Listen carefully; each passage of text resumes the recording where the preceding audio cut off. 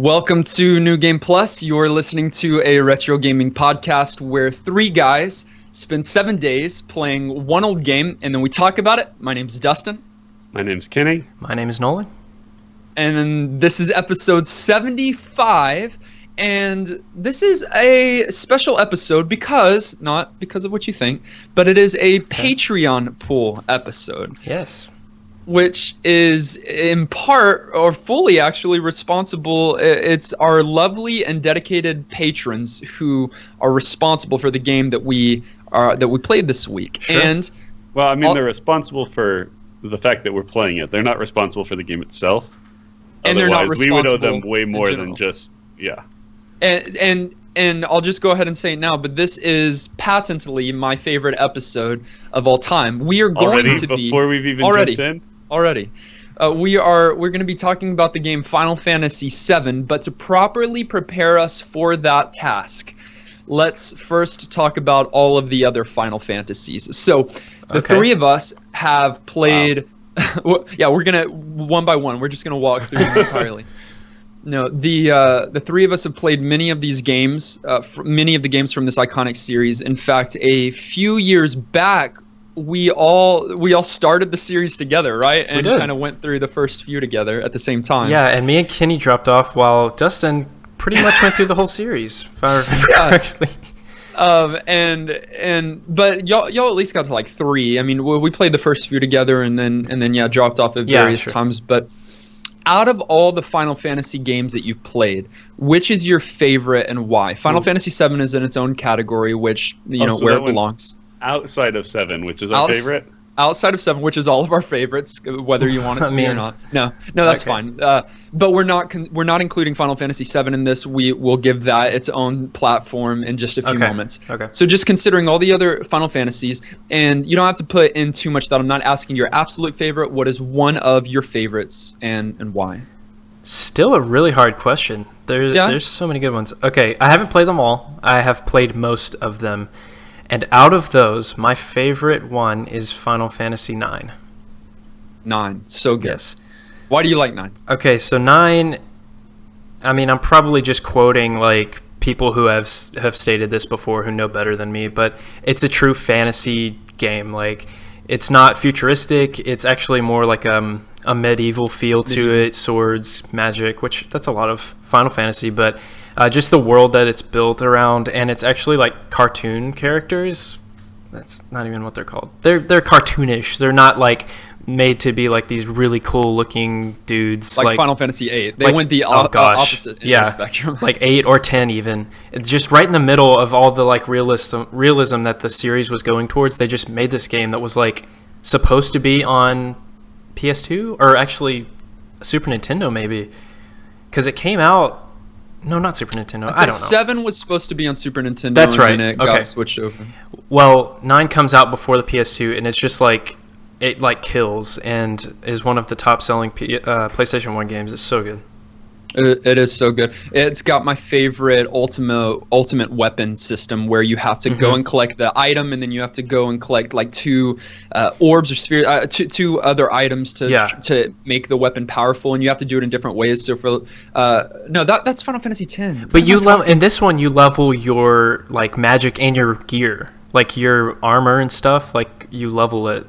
It gets stronger as you level or something like that. And it was such a cool mechanic, and the soundtrack is the best. Soundtrack is incredible. The artwork is fun. The story is great. The characters, Steiner, Steiner's so freaking good. Steiner's Vivi. You've got the best. I'll just go with that. So much character development. You've got the best character in Final Fantasy, Vivi. Who doesn't like Vivi? So, all right, Final Fantasy IX for you, Nolan. What about for you, Kenny? I gotta swing the pendulum to the other side and say Final Fantasy I. Okay. That's seriously. Quite far over there. Yeah, but partly. You guys both have actually played more of the series than I am, though I'm very familiar. A few of the games I haven't played, but I have seen played through. And so I know quite a few of them, but personally, I spent a lot of time playing Final Fantasy I. It's one that was just really heavy on the nostalgia front for me, and I think was so important in launching the rest of this series and in just kind of establishing the direction that a lot of that genre was going to go. Yeah, for sure. And it was just an important game. It was creative. It had some of the problems of games of that time, a little bit grindy at points and whatever else, but fun. There were things to explore and learn, and just really intelligently done. And so for an early RPG, hands down, one of the best. Obviously, Chrono Trigger's in that conversation for games of that era, though slightly different, but just so good. And I spent so much time playing it that I have a hard time not going there and thinking to the roots. That's obviously if you exclude 7. One is good, and we played it as a part of our podcast. It was a few months ago and I'll always remember it because I watched Kenny play it IRL as it was the week of his wedding, and man. Literally the day of his wedding at like midnight, he's playing Final Fantasy 1, which just is one of the few reasons I love this guy. So as I share mine, Nolan, will you just make sure that our title is correct on Twitch? Sure. Okay. Final Fantasy X is probably my second favorite Final Fantasy game of all time. It's PlayStation 2, which was the system that I grew up on and absolutely loved. I think Final Fantasy X is a graphical masterpiece. What they tried to do in 8, they perfected with 10. 8 is one of my least favorite. 10, they took that kind of more realism in graphics and in character design, and I think did it really well. It's thick in story, and it's about like real things like identity and reality and purpose, and so I like that. I love the cast of characters. A lot of people will give it crap because of the voice acting, and they've got some merit with that because there's some really cheesy dialogue, and Titus's laugh is iconic. Gosh. That guy's really bad at voice acting. I'm a little surprised you didn't say Tactics. I know you've raved about that game. I liked Tactics. Good. Tactics Advance, I didn't, but those are fun. But I'm not even including those in fair. They're your a different core kind Final of game Fantasy altogether. games. Yeah, I'm doing 1, 2, 3, 4, 5, 6, 7, 8, 9, 10, 12, 13, 15. Which none of us have played. And then it's got my favorite leveling system with the sphere grid. I love the complexity within that, and anyways, tons of fun. So Final Fantasy 9, Final Fantasy 1, Final Fantasy 10, all great Final Fantasies, but not the greatest Final Fantasy. I mean, but not the greatest Final Fantasy. No. I feel like Nolan's about to say something. He's not going to. And we're going to get a little drama. It's just not my favorite. It's Dustin's favorite. And it doesn't have to be everybody's favorite, but they have to understand that it is the best. So Final Fantasy VII is our retro game of the week, which we are going to talk about now. What's Final Fantasy VII? I've never heard of it. Final Fantasy VII, Nolan, thank you for asking, is a role-playing game, an RPG, a JRPG that was released in 1997, which, ready to blow your mind, is only 10 years after the start of the Final Fantasy series. Like, they're already at 7 status, 10 years into the... That's crazy. Like, that's also 20 years ago. Does that not make you guys feel old? I'm the youngest, so not really. Okay, makes me feel old. Here's the thing, I haven't improved that much in 10 years, and they went from Final Fantasy 1, incredible game, to Final Fantasy 7 in a matter of 10 years. That is crazy. When you compare it like that, it really is leaps and bounds different in terms of video gaming and what they were able to do. That era was amazing. So amazing. And Final Fantasy VII was released for the PlayStation on 3 separate discs, which is fun. Ooh. And it was developed by Square. It follows the story of a 21-year-old mercenary named Cloud Strife, and whether or not you've played the game before, you've seen him. He's got that iconic spiky blonde hair, and he's got the biggest sword in video game history. He's the face of Final Fantasy. He's the face of Final Fantasy. He shows up in the Kingdom Hearts games as well, right? Yes. Yeah, and, definitely iconic. He's got a lot. Let's be real, it's a big sword. It's not the biggest sword ever. Video game characters have wielded some ridiculously big swords in some places. It's no shard blade, but... that, are, obscenely outrageous. But it's definitely iconic. That Buster Sword look is just, classic. Let's definitely get caught up on the swords in this whole conversation. But in Final Fantasy VII... That's my job. Sephiroth has the biggest sword, which might be the biggest sword in video gaming history. But back to Cloud, he's got a lot of sass. He's very emo, and he's this brooding character. As with all Final Fantasy stories, it's what starts as a pretty small scale event blows up into a cataclysmic, world-changing scenario, and so that's kind of the setup. Do either of you have much history with this game? I don't know if we've actually talked about this. I know you played at least some of it in the past, but what is your story with this? So I've played and beat it when I was maybe 12 years old. I borrowed it from my friend Zach, who is obsessed with the game. He gave me the strategy guide, and that was my first time to actually play a game like this. That may have been my first Final Fantasy game, and yeah, it was a while back, but I haven't played it since. So this was a big throwback for me. And Kenny? I played a lot of this game. This was one of those, like, define entire summers of your childhood, more than 1 year, as you just jump into a video game and play it nonstop. Definitely classic. One we spent lots of time on. And then I have fond memories of going back and playing it again later during my undergrad years, Dustin, with you. Oh yeah, the whole debacle. Playing through most of it again, and that was fun. And I know you're still salty that I haven't finished. I do need to save my save points, and we'll clean it up someday. Kenny, by now, if you've listened to this podcast, you know Kenny's personality, and so Kenny let me watch him play through this entire game, albeit not for the first time, but it's an enjoyable thing for me to watch someone play my favorite game. And he played through it all the way, gets down into the last area, and then refuses to fight the final boss because somewhere in his mind he got it into his head that he was going to try to rig the game to where he could in every battle have this lucky sevens attack, which is you just have to manipulate so many factors and get really lucky for it to happen in the first place. And Kenny's whole process You can make it happen. You can make it happen consistently. Theoretically. We don't know that. We don't know that. It would have he would have had to run from like hundreds and hundreds and hundreds of battles consecutively and thousands. And then use an enemy skill, thousands maybe. Anyways, I don't want to talk about it because that's what he did and didn't beat it. So I watched him play for weeks and weeks and weeks, and then he just refused to beat the game. I wasn't done yet. People love you, Kenny. But none more than he loves himself. My first connection with Final Fantasy VII was when I was in middle school, 6th grade.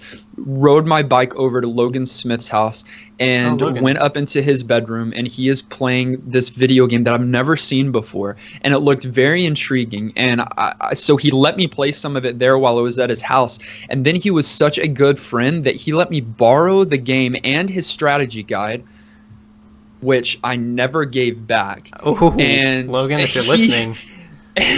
In fact, I didn't give the game back for the longest time until I got a copy of my own, like late into high school, I think. I felt bad. I still had his copies. And ruined Logan's childhood. But Logan made mine. So trade-off. It all worked out for the best. Yeah. Here's the thing. Let me just say, I understand that Final Fantasy VII probably in and of itself is not the greatest game of all time. It is. I think it could arguably be one of the greats, but I would definitely not. Such a hard thing to even argue. Yeah. I would not put it on everybody else as the greatest. But the reason, in part, why it is so great to me is because it was my first. I had played other games. I had even played some other action kind of RPGs. I think I had played A Link to the Past, really liked that. But really what was my entryway into gaming was Final Fantasy VII. It was my entry into RPGs, Final Fantasy VII. It was my entry into like long-term, like pausing the game, playing in the morning, pausing the game, going to school, and then coming back to like an overheated PlayStation and then playing some more. It was your entry into adulthood? Yeah, like, I mean, it was my entry into cross-dressing. You have to play the game. But Dustin's coming of age story is Final Fantasy VII. It really is, and I remember so much vivid. I don't have a good memory, but I remember vividly so many so many things about those early days playing that game. I remember zooming through the dialogue so my parents wouldn't see the cuss words. Yeah, Barrett's language. Yeah, and I thought Barrett's language was bad. Wait until you get Sid Highwind later, and he just goes off the charts. But mom listens to this podcast. Thank you for letting me play Final Fantasy VII, even with cuss words. It turned me into a better man, not a worse man. It's T for teen, wasn't it? It was teen, but I mean, it's completely mild compared to many other video Way to go, games. Mom. Oh, absolutely.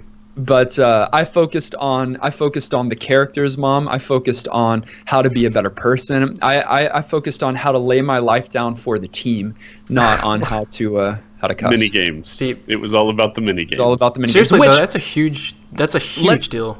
Let's go into the gameplay. There's a lot to talk about in the structure and the setup and the gameplay of this game, and so let's do that now. So if you're not familiar with Final Fantasy VII, which would thoroughly shock me, it follows the pretty standard, in fact, to some degree sort of defined the pretty standard kind of RPG layout of boss battles. And I'm going to sneeze. We're going to have to edit this out. I'm sorry. Hey, guys, if you're watching this live, this is a podcast and sucks that you got to deal with that. But it's fair. Better to acknowledge it. I literally... Wait, are you going to? Or? We'll do it. I No, don't know, I stop talked talking and through do it. it. No, look up and sneeze and then come back. It's gone. You could have just ignored it. I couldn't have. I would have sneezed. We had to edit it out. You anyways, arcade no matter Sith. what.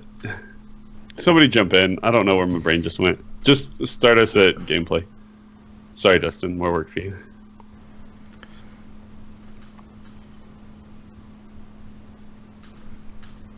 So, Final Fantasy VII follows the pretty basic and common RPG layout, the template. In fact, it kind of became the template that people compared future games to, like Final Fantasy RPGs and then others.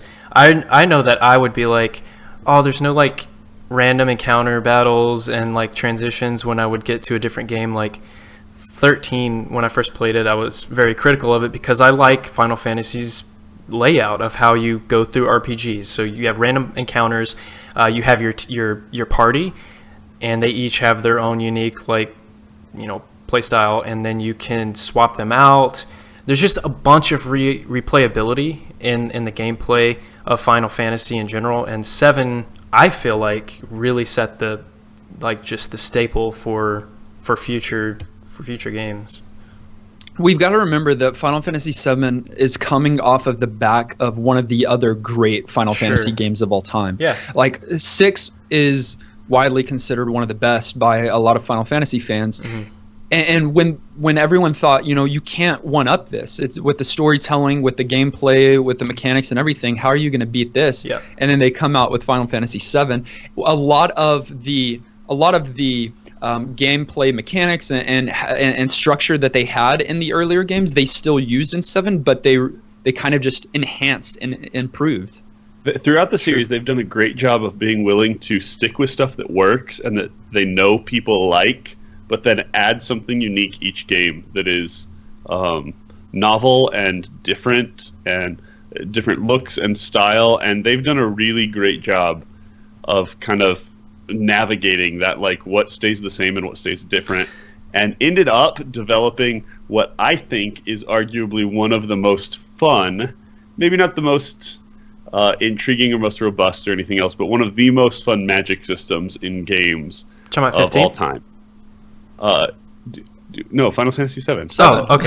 the game we're talking about. So the materia system is absolutely iconic, and if you're not familiar with the game, weapons and armor that you collect throughout the game have empty slots in them that you can take these materia that have a really key place in the story as well in terms of what's going on, and slot them in, level those things up, and they become progressively better. And you can also link them together to get different effects. And so you have lots of really intriguing choices about, hey, do I want this spell to be cast and hit everybody? Do I want it to just be a focused kind of damage? Do I want, healing versus attack kind of stuff? Do I want elemental damage versus other kind of stuff? It's just a very simple, but with enough complexity and options that you can do lots and lots of very fun things with it. Yeah, like super simple to get into. Like if you want to cast a fire spell within a battle, you put your fire materia into a slot on your weapon or on your armor. Simple. And then you've got that opportunity to cast it. Or so complex that, like Kenny said, some of the armor have linked slots, and so you can place one materia in one slot, a different materia in a different slot, and they will work together to do something unique. Not all the time, but there are some that you can, like there's one that you can make cast multiple times, or when you get hit, then it casts, then it sets off the other one. There are a few different combinations that made this one of the better systems. It's not my favorite system, but the materia system is a lot of fun. You don't get to play around with it as much within the first few hours. Like this week, we probably didn't get to experience it. End game is really where it starts to shine.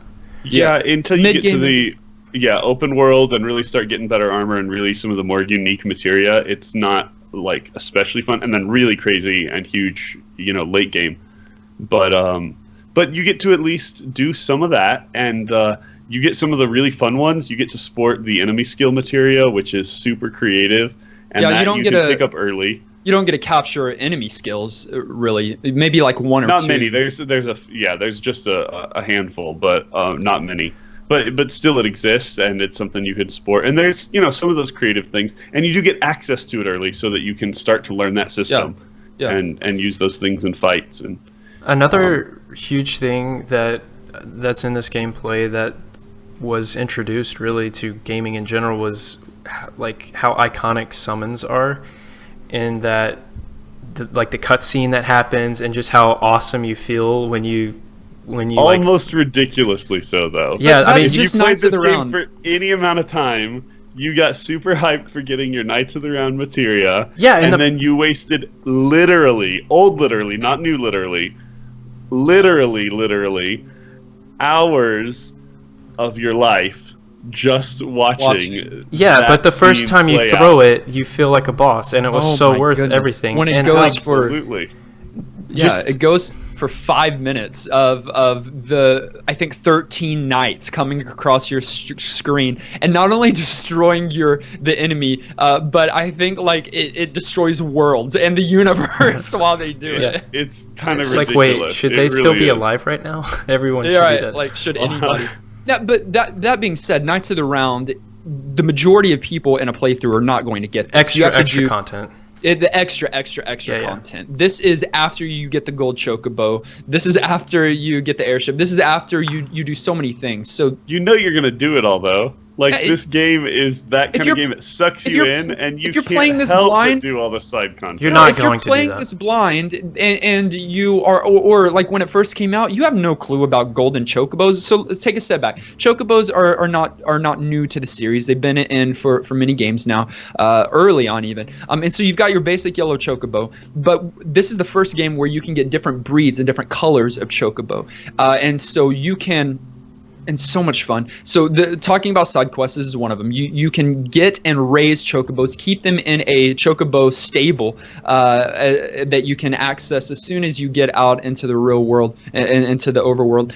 And you can breed and train chocobo. You train chocobo at the Gold Saucer, which is this huge amusement park where you can race chocobos, and you race them time and time again, and they improve.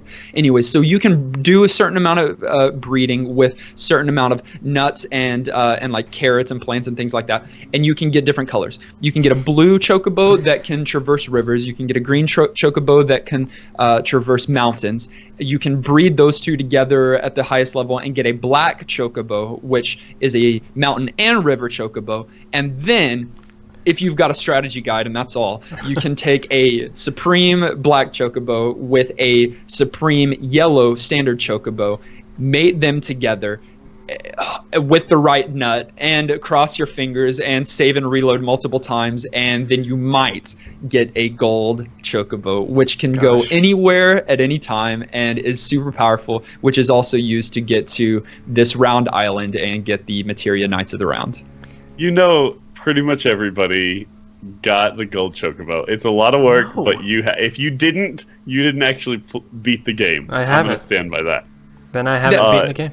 So many awesome side quests. But, It's like, just unreal. That's another point. There's so much content in this game, like extra story content. Like after the game, you're gonna keep playing it a lot, and you can replay it if you wanted to. Also, it's just like they went Huge amount of story overboard with content. how much gameplay is available for the hardcore gamer, but also you can experience it just as it is and enjoy it. Like enough story content that by the time we spent a pretty good amount of time playing through this game this week, like realistically, I don't know how far you guys got, but my goal was like get to the overworld, get onto the map, and that literally almost feels like just playing through the prologue of the game, Right? because everything changes, but that's like hours of gameplay, tons of cutscenes, tons of character backstory, just for you to get to the place where it really feels like everything has been established and the game is really starting. You're not even to an overworld map until that point. And that amount of complexity is part of what made this game so great. They didn't just make good characters and fight scene and battle scene and interesting magic system. They put it into a world that was good enough that they made a movie about it, and it wasn't terrible. Yeah. You know? Well, okay, so let's do this because I just mentioned in an overview, but so here's the story just a little bit more, which will take us into characters, because that's another reason why this game is just so good. You've got this cast of characters that really up until this point, once again 6 and even 4, they've got some iconic characters, but it's not the full cast. In 7, it's like this is a killer cast that are all unique. So Cloud, our main character, our protagonist, he joins an eco-terrorist group named Avalanche, and they're setting out, this is how it begins, to thwart the plans of this mega corporation known as Shinra. And when Shinra finds out about them and they strike back, that's when everything just falls apart and goes crazy. And so within that, it begins building on top of that. You find out that there's this evil force that is present, that is returned, that is back. You start finding out about Cloud's backstory, and it kind of just unravels in that. But in that, you meet these characters along the way. And so within the first few minutes, you meet Barrett Wallace, who is this big black man with a missing hand, and instead of his hand, gun for an arm, a gun, and which amazing. And he's like this Mr. T character, right? So like he's just loud and boisterous. Yeah. And he's leading Avalanche at the time, and so you do a task with him, and then you soon after you meet up with Tifa. And she's the owner of a bar called Seventh Heaven, but she's a fighter too, and she fights with her fists. She's got both hands, and no gun hands. Her and Cloud actually have some history together, and some kind of maybe romance. It just depends on what happens in the game. After a series of events, you fall down into a chapel in a flower bed, and you meet a girl named Eris, or Aerith, which, just based on your translation and the romanization of the name, you might call her a different thing altogether. But she is a sweet girl that no one better ever hurt her feelings. Oh, wow. But she's kind of magic heavy. She's got a history of who she is and what kind of people she's a part of, and she's got this staff where she fights. And then that's really your team for a good portion of the first disc. That might have even been who you were with. Sure, that's my favorite party. I think is you pick up Red 13 fairly early. You pick up Red 13 before you leave Midgard. Yeah, before you're to the overworld. Okay, yeah. So Red 13 is not a human. He is a wolf-like creature that is red, and he's got his own story. A few hours later, you pick up Kate Sith, and so true. You got the jokes. He is he's universally hated. I don't know why. He never really bothered me. I mean, well, he's not terrible. Good. Yeah, he's not good. You never kept him in your party and used him. He's a seriously. joke character for sure. He's a joke.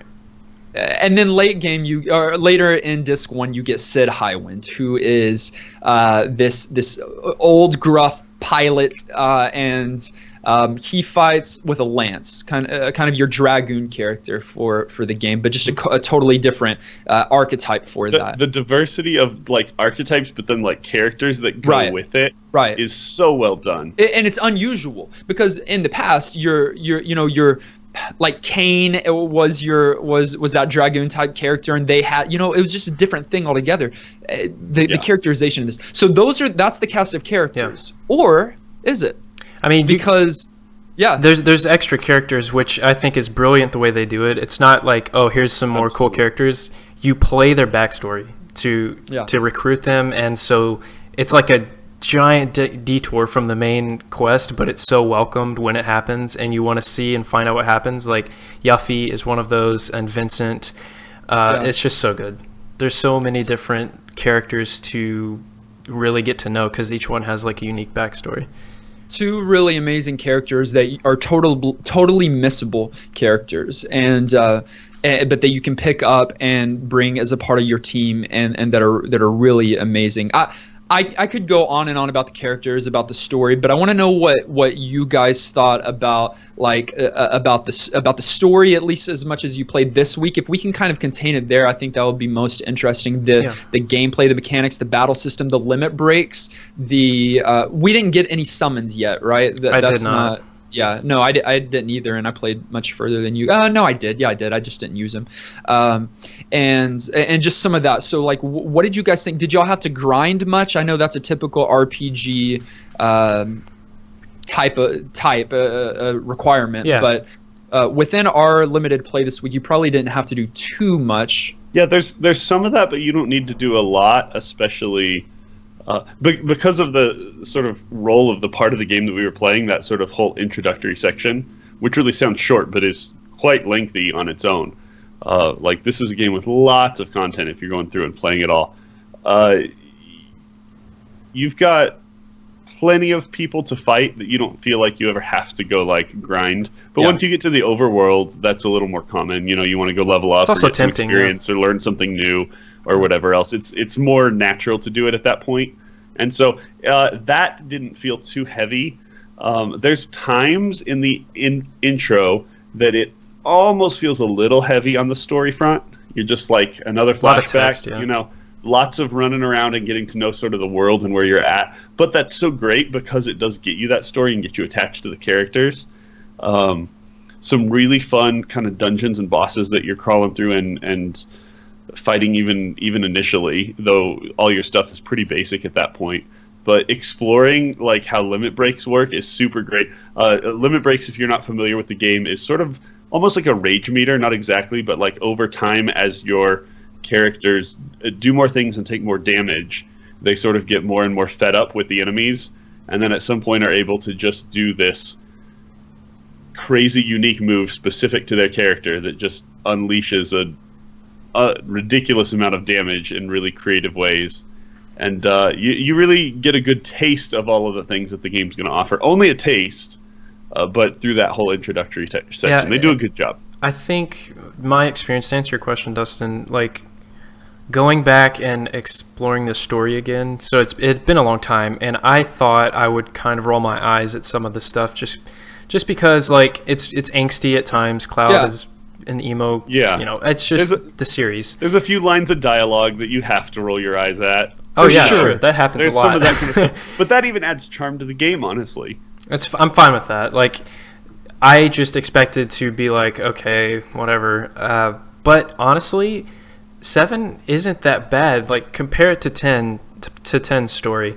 That's a very like preteen, like really like first love type of story, and really corny, but still good, and very like spiritual. This one is more so political, like the plot, and there's just like it just goes into so much detail with the different factions, like the Turks and with Avalanche, and like everything. There's like the flow stream, which is the mystical part or whatever, but still like the live stream, and it just fits together though. And I was not rolling my eyes. I thought it was actually pretty mature for Final Fantasy, the series. So I enjoyed it. I didn't get very far. I got to Calm, so not far at all. But that's outside in the it's a few hours though. Overworld. I mean, sure.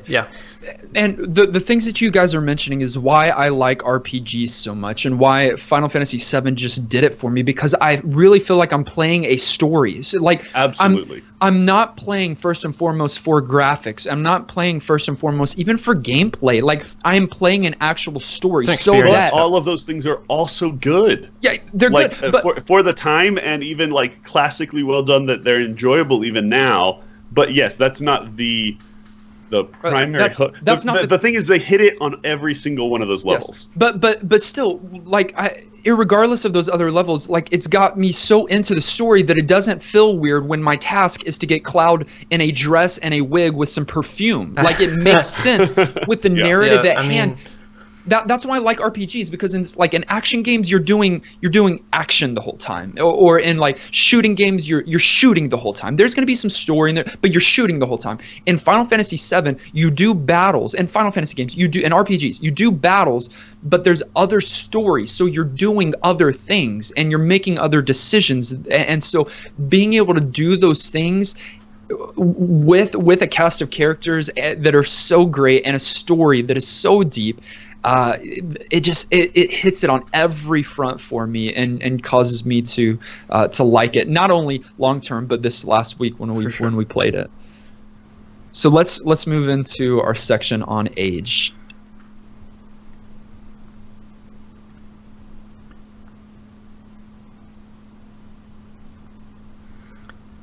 So it's always interesting to have a conversation about something that's considered a classic when you're going back and looking at how well it aged, because sometimes that just lends itself to, I don't know, sort of like cheese or wine, like becoming better with time. And sometimes it's sort of like the farther away you get from it, the thing that was appealing about what made a game so great in the first point is less appealing. You know, there's some games that were wow graphics when they first came out and mind-blowing, you know, mechanically because you could do some new thing, and then you go back and play it and you surpass those benchmarks so long ago that there's not that like initial appeal.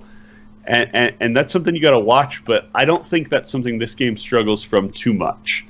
The graphics, even being, you know, a little bit older, are still visually appealing. They're pretty. They make sense for the game. They fit the style and the tone. The music is absolutely mind-blowingly good. Ridiculous. You know, their use of similar motifs and tying things in and making you connect emotionally in the way they use music and story and cutscenes is so good. Like Dustin was saying, that the fact that so much of the game is about the story that you're going through and not just learning these cool mechanics and finding new armor and unlocking characters and all those things, but that you also get those things, as well as the fact that there is a huge amount of replayability. One, because it's just long and has some interesting content, but two, because there is so much side content that's interesting and unique and not there just to fluff up the game, but literally there to be enjoyable, from chocobos to the golden saucer to motorcycle races to, you know, flying an airship. Because this game sort of hit on all of those different marks, but not in ways that were gimmicky, but were like authentic, I think it holds up perfectly. It's one of those kind of games for me that going back and playing it makes me respect how good it was in its time even more. You know, like, the graphics aren't super, super high fidelity, but they're beautiful. You know, the music is absolutely stunning.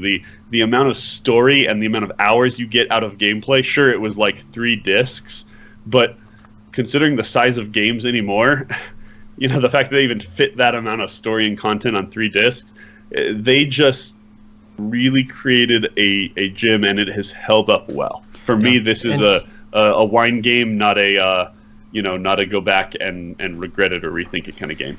And you mentioned that some of these like milestone games that people just have so much reverence for fall short as time goes on, just because your expectations aren't met again for the second time. And this game doesn't struggle, but I don't think Final Fantasy the series has ever struggled with that either. Like, you're pretty safe going back to most of the games in the series and being able to have an excellent gaming experience. To a degree, if you're not really into the genre and you don't really like that super retro feel, even though it's one of my favorites, going back and playing 1 or 2 might be a little bit of a stretch. I'm just talking about those for who would take the time to go back, like who are fans of the series. So yeah, like it holds up. I agree with everything Kenny said.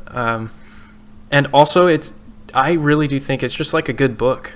There's so much to just consume, so much story to experience that you can pick it up later and just smile as much, laugh as much, and get as emotional as you do when certain scenes happen. And I totally understand Dustin's passion for the game, because it was his favorite game as a kid, but it was also his introduction to gaming, pretty much, like serious gaming. And Ocarina of Time wasn't that for me. It wasn't my introduction in that way. It was just my favorite game. But it's so important to so many people for a reason. Like, yeah, it was the first 3D one, so that's like the cool part of it. But no, that's not even like, they didn't focus on, hey, look, a 3D Final Fantasy. They focused on content and story and characters, and that's why it's what it is. So it's what you guys said. I think that if there are weak parts, it would be in the graphics and dialogue, but the dialogue is charming to me and fits. It almost adds to the appeal. Yeah, at least some. But I could see where that could turn some people off. They're it's a little cheesy at times. Yeah. And then the graphics at the time, it was, everybody was like in awe, but some of the blockiness, will remind you of maybe N64 slightly earlier, but that kind of like you'll see a lot of polygons. But one of the things that I noticed this time that I usually don't, because I just try to immerse myself so fully in these kind of RPGs, the scenery that they created in the non-rendered scenes, so in the scenes you're actually playing, are actually very detailed.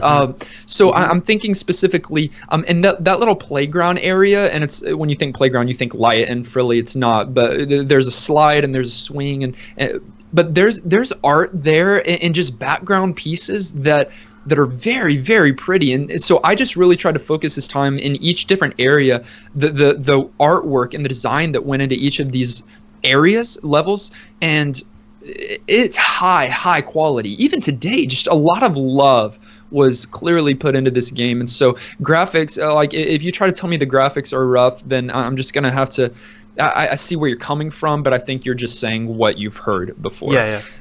And so music is the best. Story, no other compares, and story is what really gets it for me. Though there are some re-releases of this game, and a few of the versions even have enhanced graphics. So with the Steam version, you have slightly enhanced graphics on the PC. And then let's just mention right here the HD remake that I don't know if it will ever actually come out. That's going to be for PS4. Yeah, it looks breathtaking, and like new gameplay too, like battle styles they're different. recreating It's crazy. Completely. It's gonna be great. It's gonna be interesting. I don't know if it's gonna be like you tampered with something good and why, I don't or think if it's so. gonna be like, hey, thanks for the flashback and for it being pretty. I don't think it will. We'll have to see, but I think they'll be pretty honest to it. Yeah, because you'll still always have the original to go play. It's not like it's going to kill your nostalgia or something.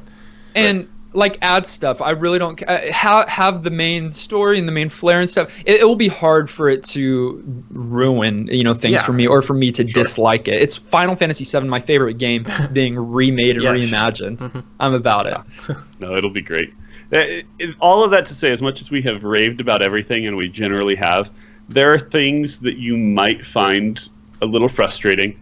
Some spaces where save states are really far apart. Some places where stuff feels a little bit repetitive in terms of an environment that you're in, or the amount of running around you have to do.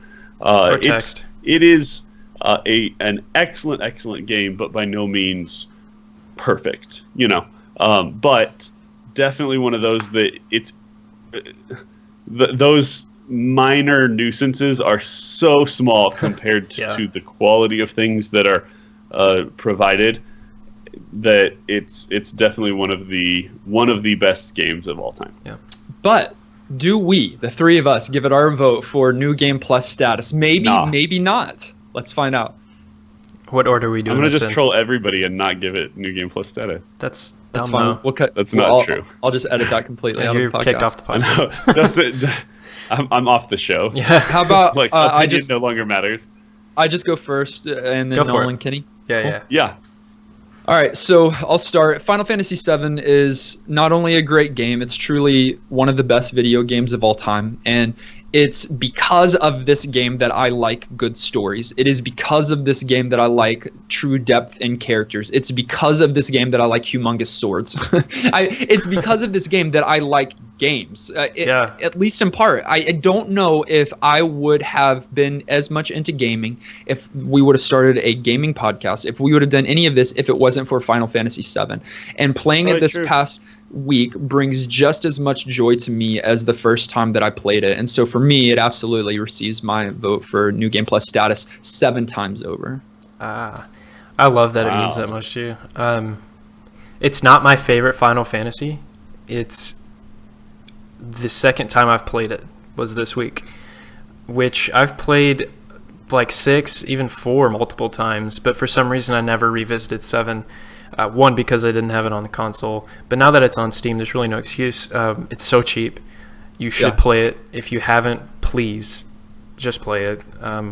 I mean, you've heard what we've said. It's all true. You will hear many other people say the same thing. And the critics of the game just don't like it. They prefer other Final Fantasies. But I'm not going to like bash this one because I like 9 or 13 better. Right. It's actually low on my list of favorite Final Fantasies, but that just speaks to the series being so good. It's not on the low end, but there's like 5 in front of it. Okay, chill out, Dustin.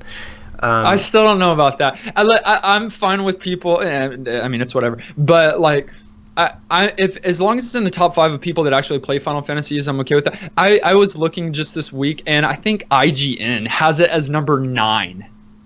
As all time? Number 9. Oh, what Final Fantasy? You know what they have as number 2? Final Fantasy 12. No. You know, like they I think they just guessed. That's like, a backwards list. I mean, they just rolled dice. Guessed. Everyone's list of Final Fantasy series will be different. Oh sure. But Absolutely, 7, the games are so wildly diverse, and they're all so good that they all are going to be competitive and all are going to appeal to some people. And 7, wherever it ranks on your list, has an asterisk by it because there's just, it's a special game across gaming in general. Also, yes, I give it a New Game Plus. Okay, awesome. So Dustin does, Nolan does, Kenny? At this point, my response doesn't matter because 2 out of 3. Well, let's move on.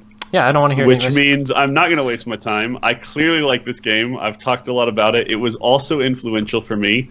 And so instead of giving New Game Plus, I will brag about my favorite Final Fantasy memory that I ever had. Not instead of giving it New Game Plus. Instead of telling you why I'm about to give it New Game Plus. As a kid, I thought I was going to be really, really hard, as in like tough, as a gamer. If when you got to the Midgar Zolom, you know, the way you're supposed to, the way you're supposed to get by that is to like unlock chocobos, and that's what introduces that important aspect of the game to you. Yeah. That we were gonna run through that swamp, kill him to see what happened instead of dying to him, and then continue to run through and get to the cave, and I did it. It's doable, but it's way too much grinding, man. It's a ridiculous. What level do you have to be? I don't even remember. Because you're not that high right there. No, there's not a lot, and once you get like 8. Somewhat out of leveled past like the content of creatures, like the grinding slows way down. Right. You have to really be committed, and even then the fight has to go really well in terms of the skills that you have and like what things he has that hit you and how quickly you kill him, and it is insanely difficult to do. And I thought I was a boss as a kid, so much that 20 some years later I am still bragging about that accomplishment. You're so hard, Kenny. That's great. Well, this week I just ran Plus. right past him. Yeah, this week I just ran right past the Midgar Zolom, so that's another tactic. It works. We weren't smart enough to realize you could just use his pathing to like beat the system. So we got a lot of responses this week via email, Twitter, Facebook from our viewers who who played this game with us. Thank you guys for playing. I won't be able to read them all. We will respond to all of them, but just not live on the show because we just have so many. But we will focus on our close friends that connect with us weekly on Discord and support us via Patreon. So Jan, let's start with you. The combination of pre-rendered scenes and rendered players and characters is slightly odd. I bet it looked great at the time, but today it's a bit weird. There were times where I walked onto a new screen and immediately walked off because the camera turned 180 degrees. Yeah. Also, the battle animations are pretty low frame rate. Other than that, they did a great job and it adds characters to the game. The battles are great, the limit breaks are cool, the materia system sounds interesting. After playing this tiny part of the game, I can see a story is being set up. Like in other Final Fantasy games, it's exciting and I want to know more. I'm going to see if I can finish the game. So I think this game deserves New Game Plus status. It's a great game. Absolutely. If you haven't played through it, commit, do yourself a favor, and put in the time. You'll thank us. These games take time, and it really brings you back down to earth when you try to play it, and a set amount of time you're like, I hate being adult. I can't do this. That's right. I forgot how much time this took me to get through this numerous times. You know? Right. Yeah, and it's hard because like right now, I've even mentioned this to both of you probably, that I really want to go through and play my favorite 5 Final Fantasies again, but my age and life now, like I just don't honestly know if that's possible. That's unless a lot of late nights. Well, I think it would take longer than a year, not because that's how long the games take, but I mean just with the time that I'd be able to invest into it. And I don't play these games just and finish a story. Like I'm a completionist, so I try to do every single thing. So thank you, Jan, for your email. Yes. Antonin also emailed us. When the game was picked, I was worried that the graphics and gameplay would feel ancient. Ancient. But my worries were, this is the word, assuaged. Kenny? Close. What does that mean? When I was thrown into the first mission to destroy one of the reactors and saw the beautiful pre-rendered backdrops and the music that put me into the story, I actually missed that art style. Modern games still have those pre-rendered backgrounds, but usually they're just faraway landscapes. The initial story felt a little linear, but when I finally got the overworld map, it was like I found the promised land. This guy. The game lost linearity, and I felt like I could truly explore the world of Final Fantasy VII. I did not get far, but the fact that I had a lot of fun with the game from the second I booted it up was quite an achievement. I can't say that about other games that we played so far. Not Chrono Trigger, not Atlantis, and not even Doom. The pacing was fantastic with parts that were all about action and parts where the characters helped unravel the storyline with calm discussions and flashbacks. I hope this next game is a bad one so that I don't feel tempted to stop playing Final Fantasy VII. Yeah, that's how I feel too. Like I want to play so much. Get all the way through it. Yeah. So yeah, I'm going to. This is going to be one of the games that I keep playing, and I mean that's no surprise. But I want to. I'm probably not going to beat it again, but I've learned to at least speed run the first disc, and so that's kind of what I was doing this week to enjoy it, and so I'll probably do a little bit more of that because it's just so much fun. Yeah, for sure. Zion emailed us. He said, I thought this game was going to be good. After all, I voted for it. What I didn't realize is how long it was after the first 3 hours. I thought I could beat it until I looked up the speedruns for this game. There's no way I'm going to beat this game. That being said, this game was one of the better games I've played this year, though it was no Zelda. P.S. There is a remake of the game coming out, and it looks good. I hope you all give it New Game Plus. You get your wish. Yeah, we did. There's no telling when that game will come out, though. If we're looking at Final Fantasy 15, like that game's been promised for like 6 years, and they just not got it. Absolutely. And let's be real. If you're going to compare it to something and say it's not as good as it, a franchise like Zelda is one of the few that we will let you get away with doing that. Definitely. All right, and then finally we received an email from Bill. Bill, what's up? Everything about this game is perfect. I agree. From the first camp, Dustin. From the first scene where you flip off the top of a train to go blow up a reactor to the way that they teach you how to fight and use the magic system is expertly crafted to teach by example rather than overly drawn out tutorials. The characters are immediately interesting and demand your emotional investment. The magic system is my personal favorite to date of any RPG. The music that plays after every victory is memorable as is nearly every other music track that you'll hear. As for the plot, I know this game has a scene that I'll never forget. and watching some of the other viewers in Discord play it this week for the first time, all I could do was hope that they would reach the end of Disc 1. If you played this game this week, I encourage you to keep playing it until the end. The game is such a masterpiece, as I'm sure the three guys have spent the whole podcast expressing. In my mind, it is flawless. It has aged beautifully, and the polygonal characters are not a deterrent at all. I look forward to the next game, and to anyone listening, join the Discord server. You're missing out on some awesome stuff. Also, support the guys in Patreon.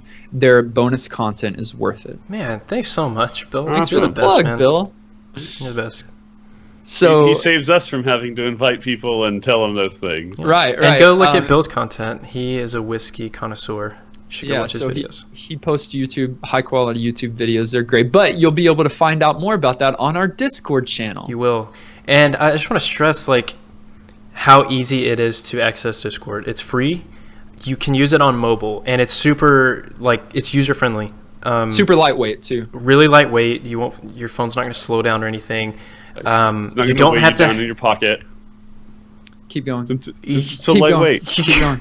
I hate him. Your pants aren't going to fall off. I hate Keep him. going. You don't have to have a computer, okay? Just get your Guys, phone. It's a great joke. Get the app and talk with us, because we have a lot of fun. Like this week, we shared screenshots of our progress in Final Fantasy, and I'm sure Dustin was in heaven. So please get on Discord. It's awesome. And as Bill mentioned, Patreon is this we mentioned at the start of this episode. This is one of our special Patreon pools. We try to do this every 5 episodes or so, where the pool of randomly selected games from our Retro Master list is brought down significantly. And at our last recording, we grabbed those games. I think there were 10, maybe a dozen games that were suggested from our viewers that support us at that level, and we randomly selected from those games. Thankfully, the greatest game of all time was selected, and that's why we played Final Fantasy VII this week.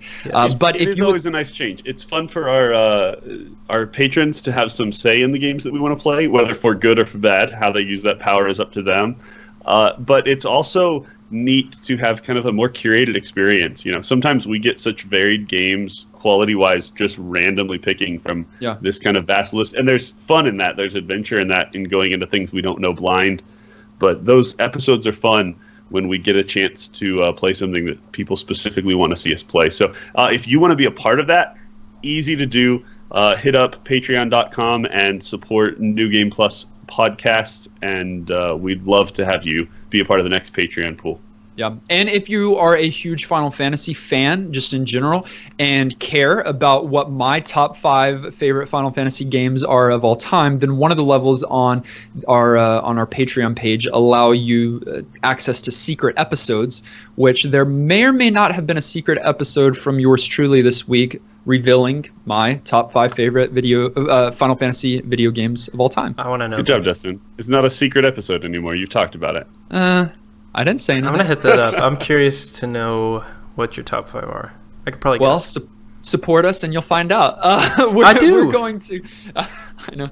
We're going to randomly select our next video game that is going to take time away from us playing more Final Fantasy VII. It is from our Retro Master list. You'll find the links to that on our social media. Hey, Dallas, our old school friend Dallas emailed us this week with some more game suggestions. How many? 30? I honestly haven't even 60? opened the email yet. They scare me. I feel like 40% of the Retro Master list, if not more, is suggestions from Dallas, and we love it. Thanks for sending those in. I think he did it after our Power Rangers episode, which I hope it's just a list of like 24 Power Ranger games. We won't have probably them. We're done. I'm making that call. Find the link to our Retro Master list on our social media. In the meantime, we'll randomly select from that great list and find out what game we'll be playing for the next 7 days. And it is...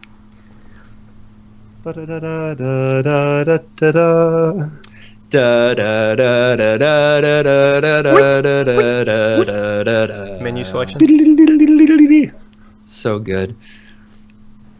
It is a totally different game from the one that we played this week. We are going to be playing an arcade game that was developed and published by Namco in Japan in 1982. Sounds good. And it is called Dig Dug. Yes. Heck yes. Old school. Old school. I love and Dig Dug. a really Crazy fun one. old school. I think I had this one for Game Boy, and it was one of the better ones. Yeah, a really it's good so game. Fun. It's a great arcade game. So a very light game after a week of a very heavy game. But make sure to join with us, play with us this week. Find a copy of Dig Dug. That will be extremely easy. And then send us in your thoughts. You can do that via Twitter or Facebook at NGP Podcast. You can email us ngppodcast@gmail.com or hop into our Discord channel, which we have mentioned multiple times now. As always, you can listen to us directly on iTunes, SoundCloud, Stitcher, Google Music, or any other podcast provider. Subscribe so that you are the first to get new NGP episodes. If you're interested in that bonus content that Bill was talking about, or those secret episodes which Kenny let out, patreon.com/NGP podcast.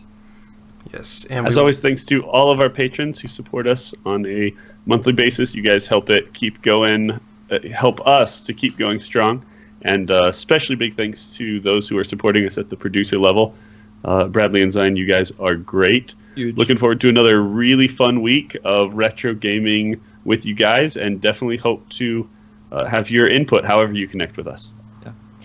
Join us next week as we play Dig Dug. Until then, I am Cloud Strife. I am riding a gold chocobo. I'm Nolan, and normal. I mean, y'all could have picked characters like Nolan. You're clearly Vincent. Kenny. Don't say it. It's not true. Kenny, you're. I'm a little bit Sid. Yeah. Kenny is Yuffie. See you next week. Kenny's Yuffie. Hey, I'll take that. By the way, if you're curious, my primary party late game is Cloud, Yuffie, and Sid. Thank you for listening to this very special and super long episode of New Game Plus. We'll see you next week. Peace.